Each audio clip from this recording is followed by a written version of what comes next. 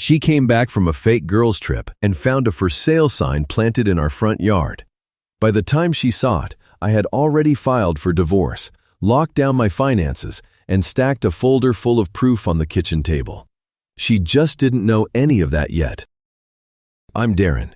I was 44 when this happened, and at that point, Monica and I had been married for 8 years. I worked for the Department of Transportation, so my schedule could get messy. Early shifts one week, late ones the next. Sometimes weekends, sometimes overtime with no warning. Monica worked regular hours at a furniture store, and for most of our marriage, that difference in schedule never seemed like a problem. She had a daughter, Tessa, from before we got together, and by then Tessa was grown and outliving her own life. On the surface, we looked stable. Not perfect, not some storybook marriage, but solid enough that I didn't think I had to wonder where my wife really was when she packed a suitcase and told me she was leaving for a weekend with her friends. The first trip should have felt normal, because Monica had done girls' weekends before. But standing there in our bedroom doorway, watching her zip that bag and kiss me goodbye, something about her felt off. It wasn't one big thing I could point to. It was the way she wouldn't quite hold eye contact, how fast she moved, how rehearsed she sounded when she said she'd be back in a few days. I let it go because I didn't want to be that husband, the suspicious one, the guy looking for trouble where there wasn't any. That first night, I called her around 9 p.m. just to check in. She picked up, and I could hear music and people talking in the background. She told me they were out to dinner, but when I asked where, she got weirdly vague and said one of her friends picked the place, and she couldn't remember the name. That didn't sound like Monica. She always remembered details. The second night I called around the same time, and she didn't answer. About an hour later, she texted and said she'd been in the shower. I didn't argue. I just remembered it. When she came home, I gave her every chance to sound normal. I asked how the trip went, what they did, where they ate, whether the hotel was decent, whether anything funny happened. Monica gave me these flat, generic answers, like she was filling in blanks on a form. She said it was fun, they shopped, they ate well, nothing crazy happened. That was the part that bothered me most. Real trips have details. Somebody gets annoyed in traffic, somebody complains about the room, somebody orders something terrible at dinner, something happens. Monica gave me nothing I could picture.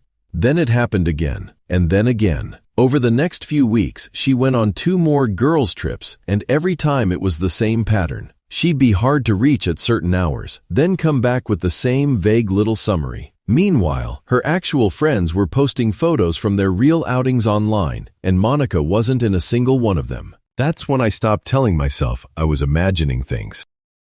I didn't confront her because I already knew what would happen. She'd deny it, cry, turn it around, say I was paranoid, and I'd still be standing there with nothing concrete. So I did the one thing I never thought I'd do in my own marriage. I hired a private investigator. It cost me a decent amount, and I hated that I was spending money just to confirm my wife was lying to my face. But I needed facts, not gut feelings. The investigator, Glenn Mercer, didn't take long. About 2 weeks later, he called me and told me he had what I asked for. I met him, sat down across from him, and he slid the file over. Monica wasn't going on girls' trips. She'd been meeting a man named Troy Maddox, somebody she'd met at a club months earlier, and they'd been seeing each other behind my back the whole time. Glenn had photos of them outside a hotel, getting into his car, walking into restaurants together, kissing like they had nothing to hide. I remember staring at those pictures and feeling something in me shut down completely. I didn't cry and I didn't rage out. I just looked at the evidence, thanked Glenn, and asked him to put together the full report with every photo, every video, every timestamp he had. In that moment, I stopped thinking about saving my marriage and started thinking about how to end it cleanly. That night, Monica came home from work, set her purse on the counter, and asked me what I wanted for dinner like nothing in our life had just blown apart. I stood there looking at her and realized I didn't even recognize the person in front of me anymore. Not because of what she looked like, but because I finally knew what had been happening every time she smiled, every time she said she was going away with friends, every time she answered my questions with those neat little empty stories. I didn't say a word about the file. I didn't confront her. I didn't want tears, excuses, or one of those fake confessions people only give when they've run out of exits. I needed time to think clearly, and more than that, I needed time to make sure my next move actually mattered. So I sat across from her at dinner, nodded when I had to, and let her keep performing for an audience of one, without realizing the show was already over. The next morning, I called a divorce attorney and set up a consultation for later that week. That was the first time the whole thing started to feel less emotional and more real. Up until then, it was still just pain and anger and proof sitting in a folder. Walking into Victor Sloan's office turned it into a plan. I brought everything Glenn had compiled, and Victor went through it piece by piece without flinching. He told me straight that where we lived, infidelity didn't automatically hand one spouse everything, but it absolutely could matter when it came to alimony. He said the evidence was solid, and if Monica tried to position herself as financially dependent and deserving of long-term support, this affair would make that a much harder argument to sell. What I appreciated most was that he didn't speak in big, dramatic promises. He was careful, direct, and practical. He told me what mattered, what didn't, what I needed to document, and what I absolutely should not do until the filing was in motion. That calmness helped me. I didn't need somebody to be angry for me. I needed somebody who knew how to win without making a mess. Once Victor gave me the roadmap, I followed it exactly. We filed for divorce a few days later, and after that, he told me I could start protecting myself financially. I opened a new bank account and rerouted my paycheck there so Monica wouldn't have access to another dollar I earned. I called every credit card company and removed her as an authorized user. She'd been using those cards for years, and the thought of her putting gas in her car or paying for dinner with that guy using my credit made me feel sick. I also changed the beneficiary on my life insurance through work and on a private policy I'd had for years. Monica had been listed on both, and I replaced her with my sister Denise. Then there was the car.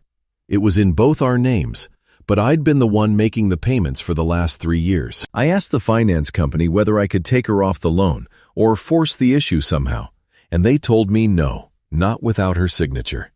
Victor said the smarter move was to keep paying the minimum so my credit didn't take a hit and document every payment for reimbursement later.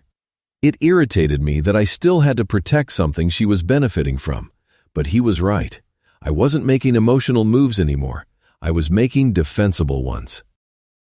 A few days after all that, Monica told me she had another trip planned for the following weekend. She stood in the kitchen talking about visiting a friend a few hours away and said she'd probably be gone for at least 5 days.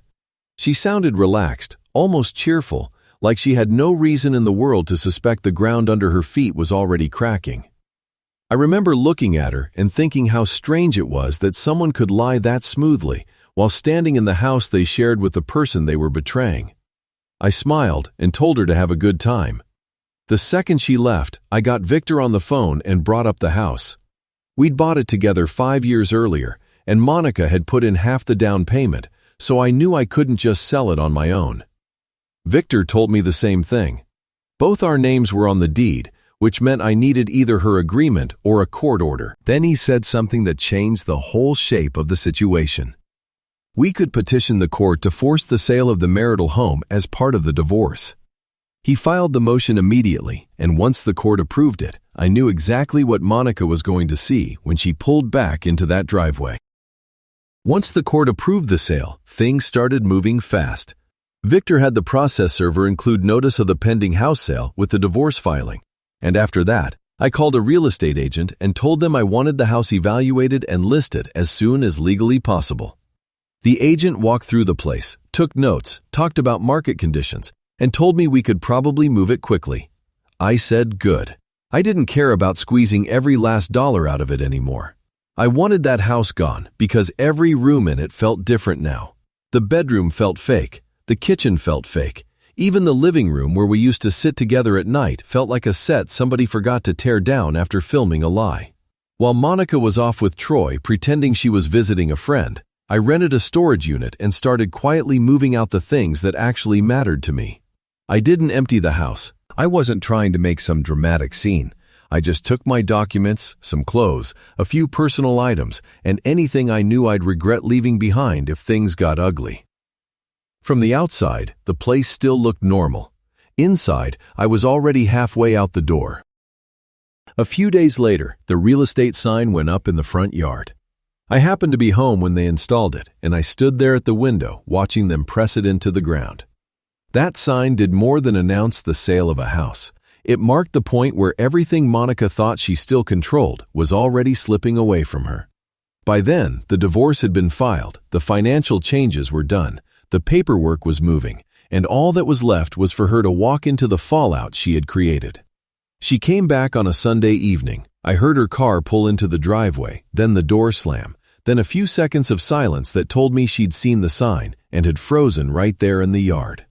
When she finally came through the front door, she was already angry and confused at the same time. She demanded to know why there was a for sale sign in our yard and what I thought I was doing. I was sitting in the living room pretending to read, and I looked up at her and said, as calmly as I could, that we were selling the house. She snapped back that I couldn't make that decision without her. That was when I set the book down and told her I hadn't made the decision alone. The court had approved the sale as part of our divorce. The look on her face changed so fast, it was almost hard to keep up with. First outrage, then confusion, then that blank pause people get when their brain is trying to reject what it just heard. She asked me what I was talking about, and I told her plainly that I had filed for divorce the week before and that she'd be served officially within a few days. She asked whether this was some kind of joke, and I told her no. This was paperwork, court filings, and the end of our marriage. Then I got up, walked to the kitchen table, and picked up the folder Glenn had put together for me. I handed it to her and told her to open it. She hesitated like she already knew there was no good version of what was inside. Then she opened it and started flipping through the photos. I watched her face while it hit her. Hotel entrance, parking lot, restaurant, her getting into Troy's car, her kissing him outside a building while I thought she was away with friends. She tried to recover fast and said it was a mistake, which honestly would have been insulting if it wasn't so pathetic. I laughed and told her that months of lying, sneaking around, and booking fake trips didn't qualify as a mistake. That was when the crying started. Not quiet crying either. Big, dramatic sobs, the kind meant to take over a room and pull attention away from facts. A few months earlier, that probably would have thrown me off. That night, it did absolutely nothing.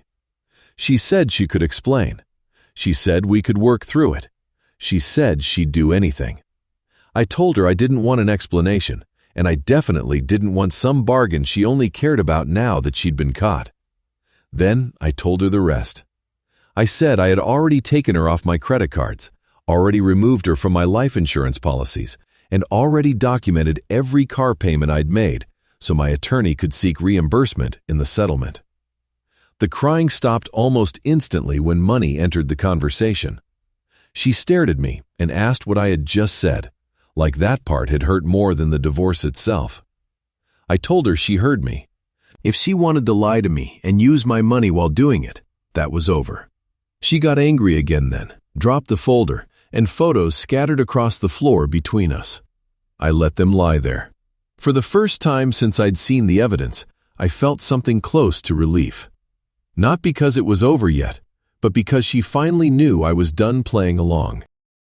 Monica changed tactics the second she realized tears weren't going to get her anywhere.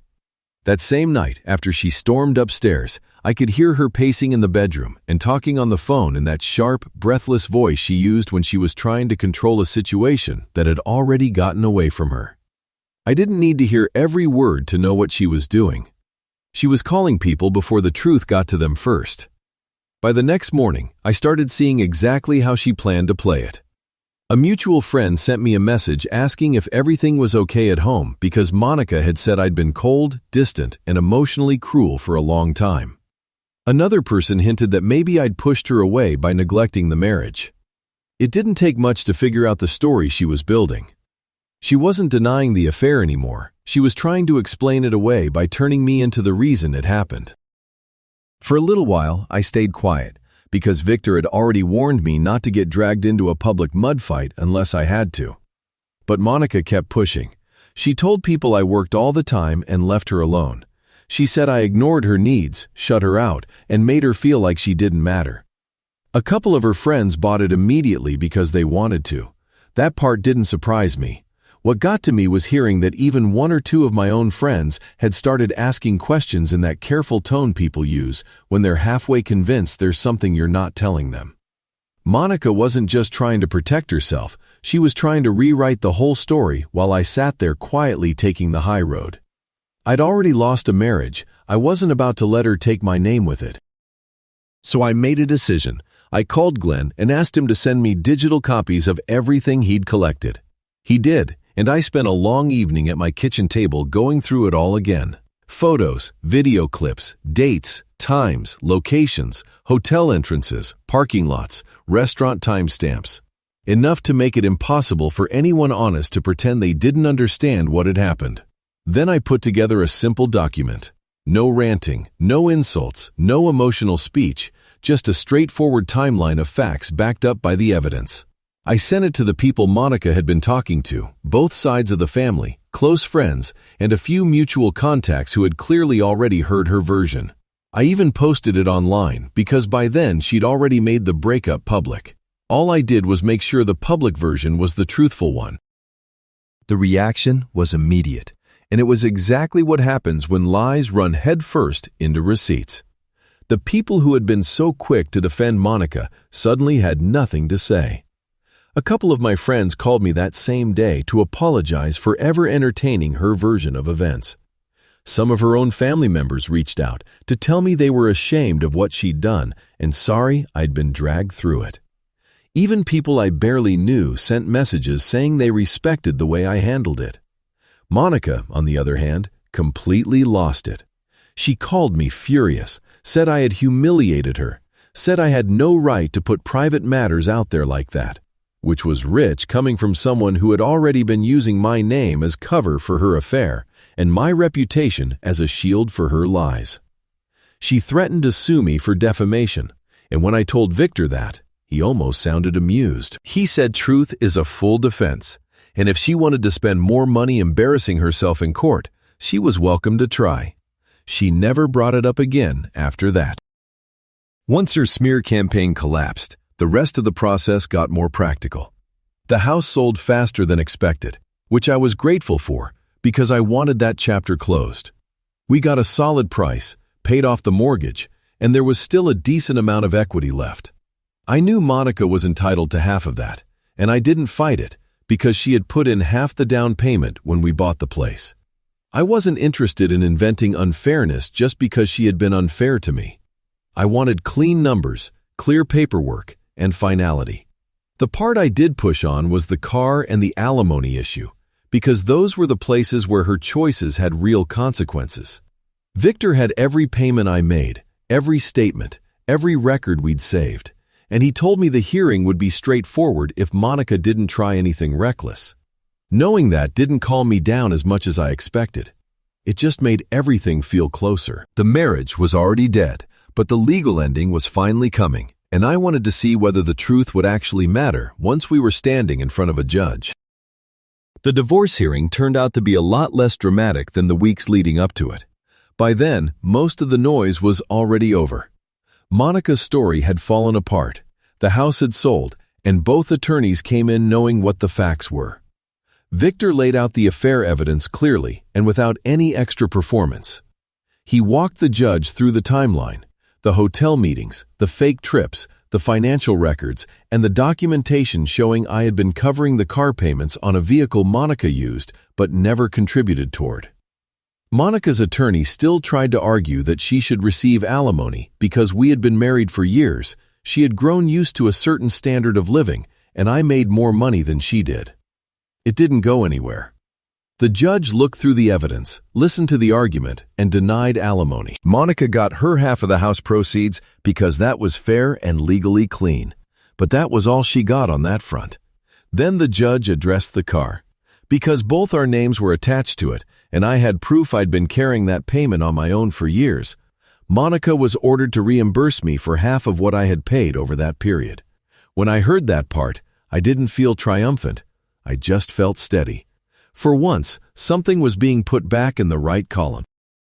After the hearing, the last few loose ends got tied up pretty quickly. The house money was split, the reimbursement order was entered, and Monica was left having to deal with the car refinancing on her own.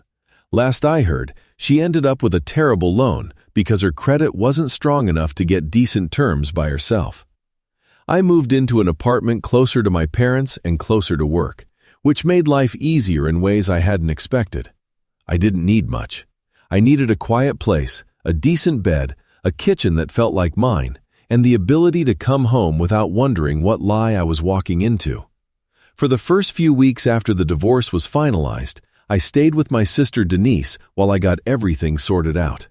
She never pushed me to talk when I didn't want to, and she never gave me the kind of empty advice people throw around when they don't know what else to say. My parents checked in on me constantly, and even the people at work were understanding when I needed time for court dates and meetings. I'd taken a real financial hit between the private investigator, the attorney, and losing half the house equity, but I had expected that part. What I hadn't expected was how quickly the emotional noise started to die down once Monica was no longer in my daily life. A few months later, Tessa reached out to me. She was 22 by then, old enough to understand exactly what had happened, and old enough to know I wasn't trying to drag her into the middle of it. We met for coffee, and she told me she was sorry for what her mother had done. She said she didn't agree with any of it and hated the way everything ended. I told her the same thing I'd been thinking from the start, that she didn't need to choose between us and that Monica was still her mother no matter what kind of wife she'd been to me. Tessa seemed relieved to hear that. I think she expected me to be bitter or to ask her to take sides, but I didn't want that. She hadn't betrayed me. She was just another person caught in the fallout of Monica's choices. That conversation mattered more than I thought it would. It reminded me that not everything tied to that marriage had to end ugly. Some things could just end honestly. By the time a year had passed, I had started to look more like myself again. I was working, saving, going to the gym more, reconnecting with a few friends I'd let drift, and slowly getting used to the fact that peace can feel strange when you've spent too long living around dishonesty. Then one evening I came home from work and found an envelope in my mailbox with no return address. I almost threw it away without opening it, but the second I looked at the handwriting, I knew exactly who it was from. Monica.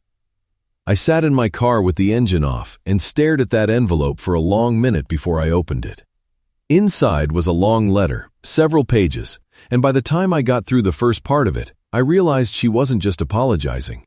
She wanted something from me again. I opened the letter right there in my car because I didn't want to carry it upstairs like it belonged in my home. Monica had written pages of apologies, and the whole thing had the same tone people use when they realize the consequences turned out to be a lot more permanent than they expected. She said she had made the worst mistake of her life. She said she had thrown away the best thing she ever had.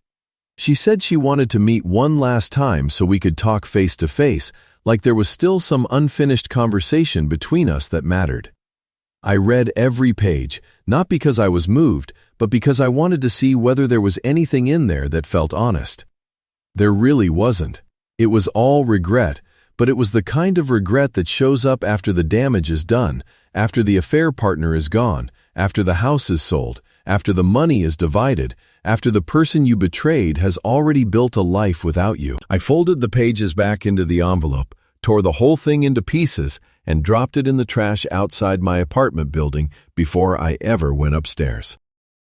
After that, Monica made a few more attempts.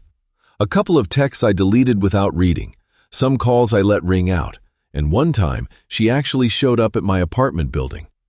I saw her through the peephole and never opened the door. At that point, I wasn't angry the way I had been in the beginning. I just understood that every conversation with her would be a step backward, and I had no interest in going backward for someone who lied to me for months and then tried to make me the villain when she got caught. Eventually, she stopped trying.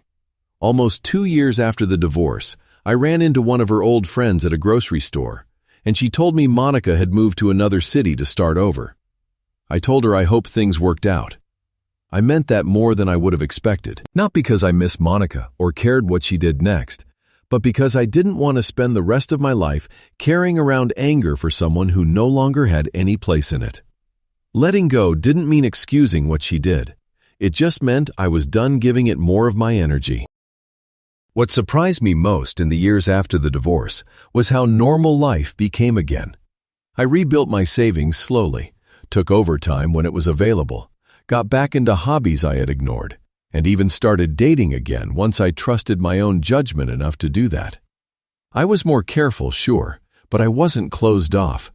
What Monica did taught me a few things I probably should have understood earlier. If somebody's story keeps coming up empty on details, there's usually a reason.